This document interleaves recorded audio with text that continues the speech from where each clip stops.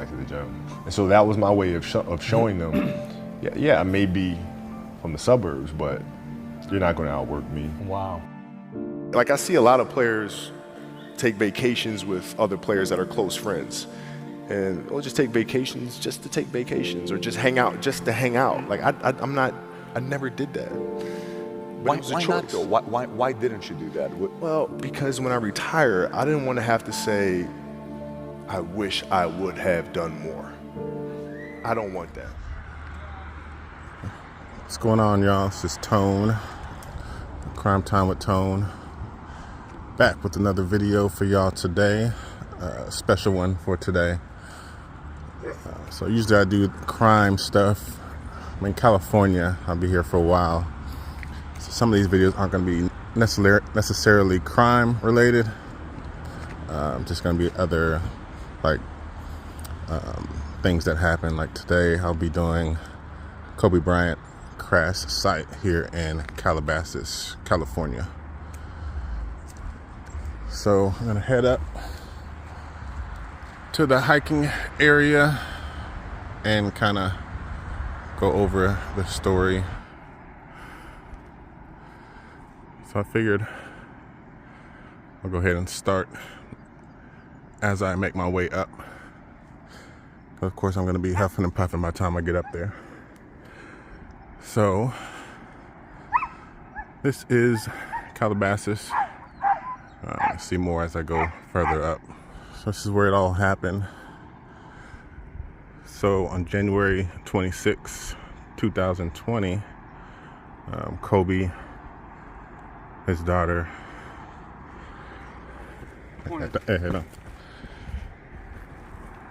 daughter Gianna Bryant, and 6 other passengers,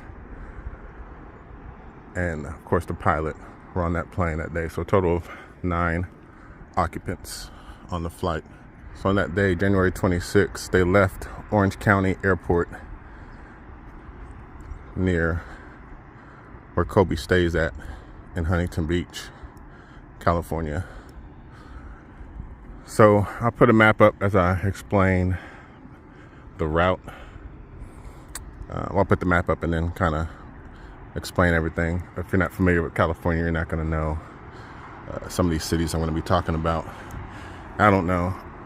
I'm not good at telling directions. I don't know if it's things are west, east, north, or what. So better just put a map up so you guys can see. But they left Orange County and kind of followed the 5 freeway, which was like downtown LA. Went by Dodger Stadium, which is off the 5 freeway. And that day, there was a lot of fog. So foggy conditions made it hard on the pilot. And supposedly wasn't really supposed to be flying that day because of the conditions.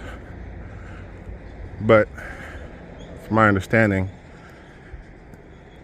Kobe was a celebrity, so he didn't want to tell nobody, no, we can't fly. So I think he just had to fly out that day. Felt like he had to for Kobe and getting him there on time. So I forgot to tell you. So they were headed to Kobe Bryant's Mamba Academy, where his daughter, he's going to coach his daughter's game. His daughter and then the rest of the flight members, which I'll tell those members and who they were. All of them part of the basketball team, a couple of players and parents, but they're all in the plane headed to Mamba mentality. Number 2 Echo X-ray, continue following the 5 northwestbound to join the 118, and then Van Nuys will work you through. Radar services terminated. Remain that squawk. Contact Van Nuys helicopters 119.0. 2 Echo X-ray, switch you to Van Nuys. Van Nuys helicopter 2 Echo X-ray with you for the special VFR transition. We are currently at 1400. So they're told by the flight controllers to kind of hang around Glendale. So they were in the air just circling Glendale for about 10 minutes. in the area. I think they had some. I think they're held because there's some other people coming to land in or something like that. But and I also was holding because of the weather, the fog. So the fog was caused by Pacific Ocean, like the cool air coming into the valley here, and that warm air. So kind of created a really dense fog that day. X-ray, hold outside Burbank Class Charlie airspace. I have an aircraft going around. 2 Echo X-ray holding.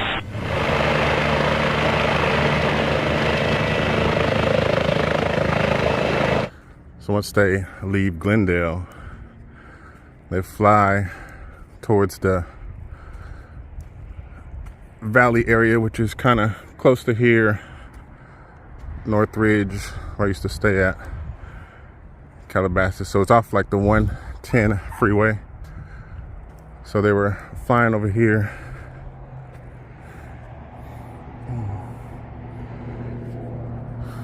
And I'll show you the 110 freeway here in a minute. You can kind of see it when you get towards the top of this hill, towards the middle. And that's when they were in the air and he was climbing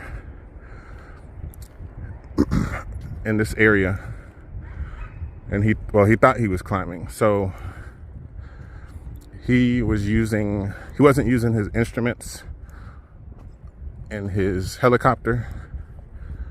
He was just using his visual orientation. So he was looking out thinking he was climbing, but really he was descending. And supposedly he was descending at about 4,000 feet a minute at 160 knots. Helicopter 2 Echo X-ray. We're going to go ahead and start our climb to go above the layers, and we're going to stay with you here. So he was descending and turning left. But he was telling the air traffic controller that he was climbing. And you can tell by his voice, he's not in no distress or anything, so they know it wasn't no mechanical failure that caused this. Basically, him just having what they call spatial disorientation. Thinking you're doing one thing, but really another is happening. So, and all he had to do was look at the his instrument, and it shows if you're climbing or descending. But I guess he thought he can judge it on his own. So basically, they were turning left, making a hard left turn, and like I said, at those speeds and dropping, ended up crashing into the hill here. And here's the 101 freeway, as I was talking about. So that's what kind of what they were following at the time of the crash. So they crashed, of course, made a big dent in the area. I don't know if it's still here. I visited this area before I moved from California, about a year and a half ago I came here. You can still see a kind of pretty good sized crater. And it had like, I had found a blue piece because Kobe's plane was like white and blue. I had found like a blue piece. I kept it in my drawer, but when I moved, I don't know what I did with it. So hopefully when I get up here I can find it again. But it's been a couple years, I doubt it. But anyway, it crashed, and supposedly it nearly made it. Like, it hit the top of the mountain, but they said it nearly missed clearance by about 20 or 30 feet when it crashed. So The good thing is, they said everybody on board most likely died immediately and nobody knew they were going down. So that's good in that sense. They didn't have to suffer, or like for me, I hate flying, so the thought of going down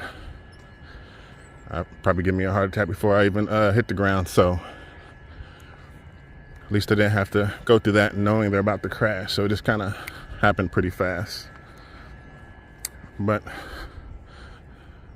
still got a little ways to go. So I'm gonna finish walking up here a little bit, and then I'll show you guys the actual site and go over all the people's names and everything who passed away during the flight. All right, we're here, y'all. Excuse my breathing. I'm trying to do two things at once today. Run, get my cardio in, and do this video. But so here is the site, so you can actually still see the crater. That's where it actually crashed at. And you see everything that people left here.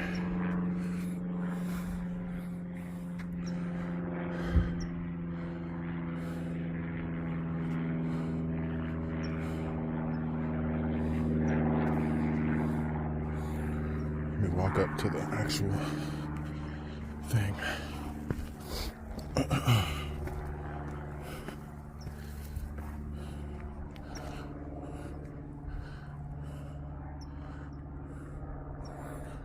So it's got an 8, and then 8 in rocks, and then 24. It's pretty neat.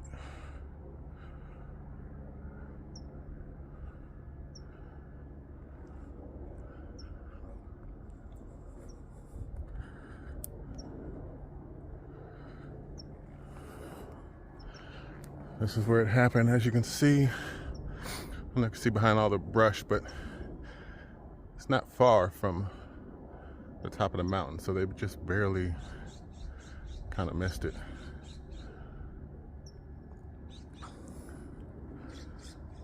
But so Kobe, and there goes the freeway again, the 101.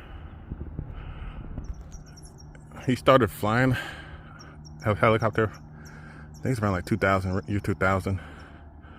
He was drafted in the league in '96, but he said he did that because, you know, traffic started to get real bad in LA, and it is pretty bad. It takes you 40 minutes to go 5 miles sometimes, depending on the day. So can't blame him for that. So they said the flight left about 500 feet of debris. So I think it was stuff all the way down there. I can't remember. I know one of Kobe or Gianna was down there. Everybody was there.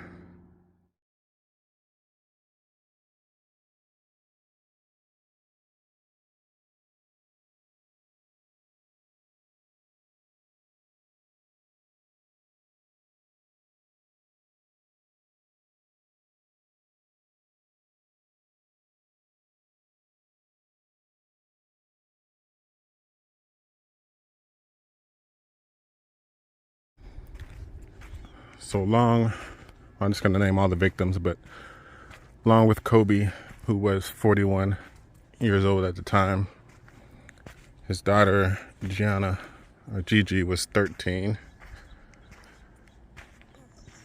Also was Peyton Chester, who was 13, it's a teammate of Gigi's. Sarah Chester, which was Peyton's mother. Alyssa Altabelli, who was 14. Carrie and John Altabelli, which was her mother and father. Carrie was 46. John was 56. And Christina Mauser, who was 38. She was the coach of the girls' basketball team, and the helicopter pilot was Bryant, who was 50. The crazy thing is about 6 months before the crash, Kobe had told somebody that he felt he wasn't going to live to be an old age. And paraphrasing here, but basically he said his legacy was all that he needed to live on. He didn't need to live at an old age, but his legacy would carry on forever. So it's crazy. 6 months later, he passed. But thoughts and prayers go out to the families, Vanessa Bryant, and Kobe's 2 other daughters. So that's it for today. Like I said, I'm gonna be making other videos. It's not actually crime related, but like videos like these. So it's California, Southern California, so I have a whole lot of things I could do. So I got a lot of plans. So just kind of stay tuned. A lot of celebrity sites, stuff like that. So definitely won't run out of content here, Southern California. But anyways, if y'all like the video, like and subscribe. I'll definitely keep the content coming. Appreciate y'all for watching. I'll let y'all later. The example. This is another obstacle. This obstacle cannot define me. It's not going to cripple me. It's not going to be responsible for me stepping away for the game that I love. I'm going to step away on my own terms. And that's when the decision was made that, you know what, I'm doing it. You got to lead by example. As parents, you got to lead by example. If you want your kids to do whatever it is they want to accomplish in life, you have to show them. You got to show them. The definition of greatness is to inspire the people next to you. I think that's what greatness is or should be. It's not something that lives and dies with one person. It's how can you inspire a person to then in turn inspire another person that then inspires another person. And that's how you create something that I think lasts forever. And I think that's our challenge as people.